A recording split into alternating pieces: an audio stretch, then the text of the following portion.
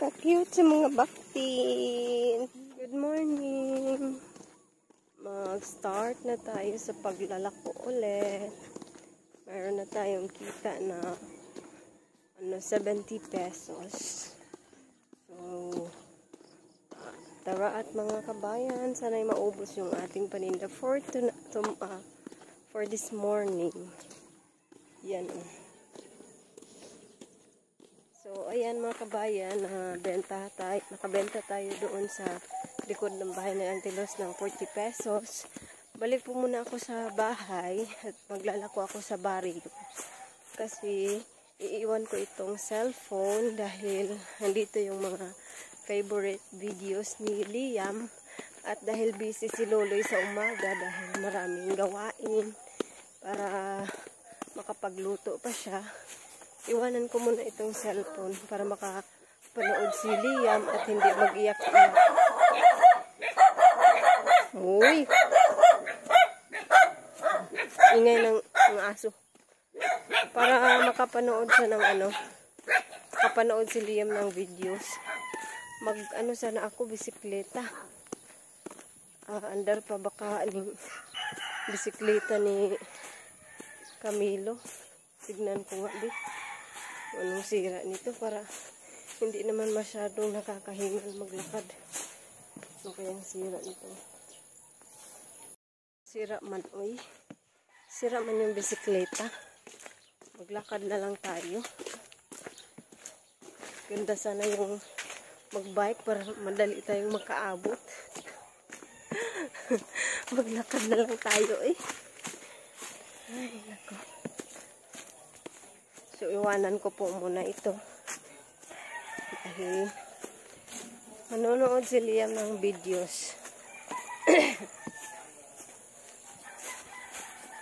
Much later. Oh, nakauwi na tayo. Ito yung sobra. 50 siguro nito. 4, 6, 8, 10, 12, 60. Mahulog ka? 60 pesos. So, bali, tinira ko ito para doon kay Layashin. Nakapag-barter pa tayo ng gulay sa barrio. 45 pesos.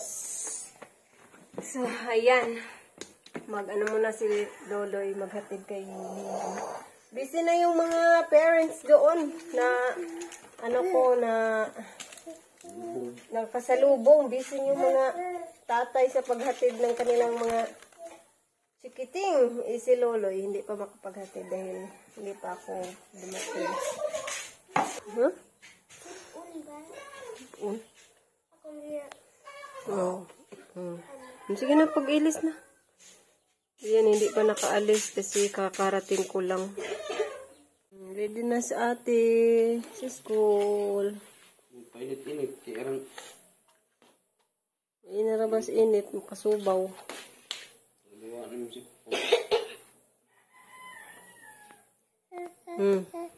Ikaw do.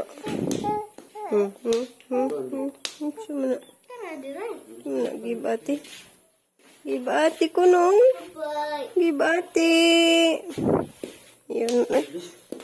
Gibati. Ngayon siya.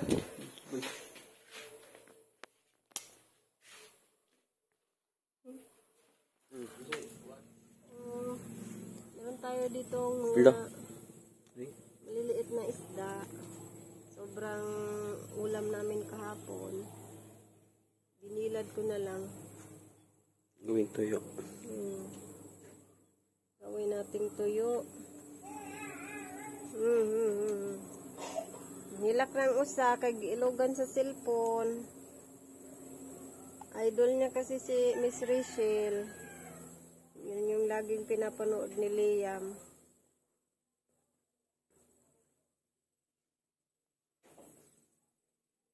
Sarap na ito pagtuyo mga kabayan.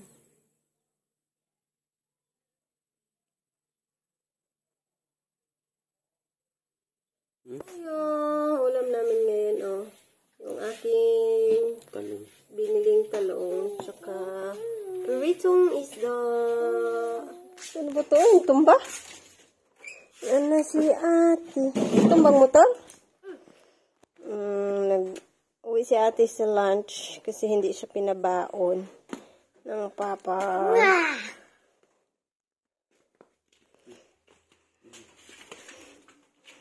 I-unbox na yan before ka mo balik sa school.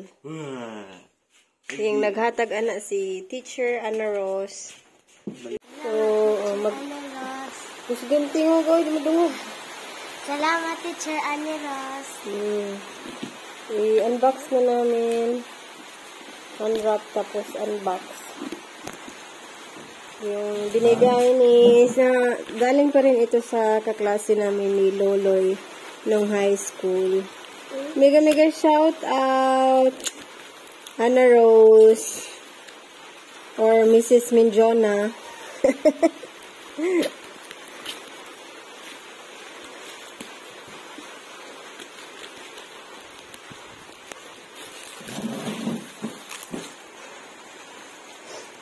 Hindi man nang giablihan ni ate di. Hindi na dali ate. Excited na si Bibi. Excited na. Pinadala po ito galing sa Tagbilaran. Ano green?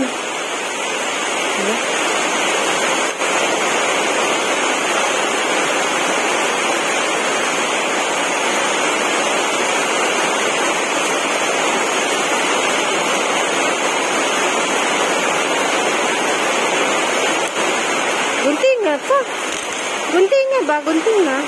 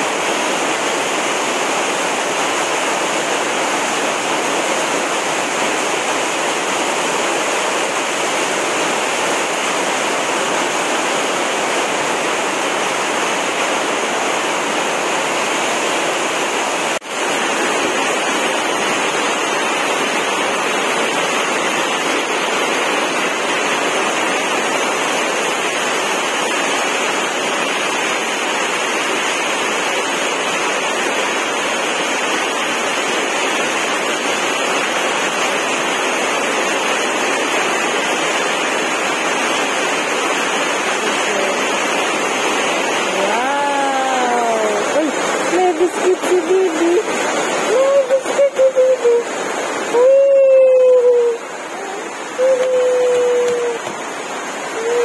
Salamat. Salamat. May pambaon si ate sa school. Thank you.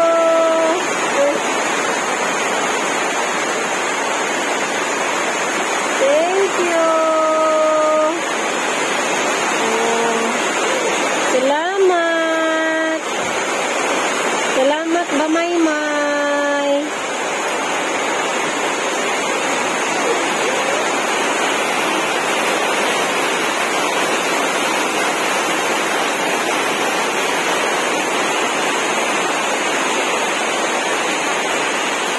Po muna si Loloy. Makipagsapalaran sa laot. Sasama siya kila Manoy, Manlambat.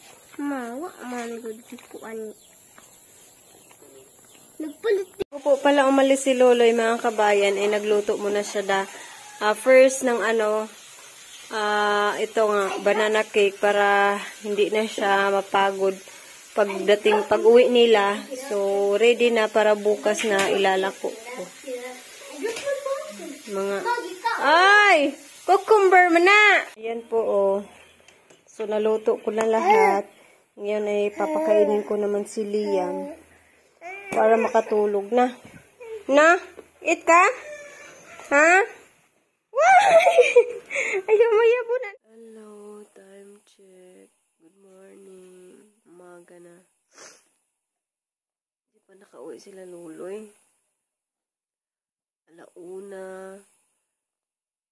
1:35 na ng umaga. Wala pa sila Luloy. Ang tagal pa lamang mauwi nila. Malambat. Eh, may pasok pa yun. May pasok yun, mga alas 8. Diyan na lang ni Ron. Tsaka, sumama pa siya talagang manlambat kahit masakit yung ngipin niya. Mga almost, na ata, sumasakit yung ngipin niya, mga almost 1 month. Hindi pa napabunot dahil kasi pudpud, tsaka mahal yung bayad pag ganyan, yung hindi na mahawakan sa pambunot ng ngipin. Kailangan talagang ihihiwa yung gums. Kaya umabot na ng almost 1 month, dinadala niya yung sakit ng ngipin. Pero sumama talaga manlambat. Ay naku, ako, pag ganito talaga, nagigising ako tapos wala pa siya, hindi na rin ako makatulog. Hindi ako makatulog.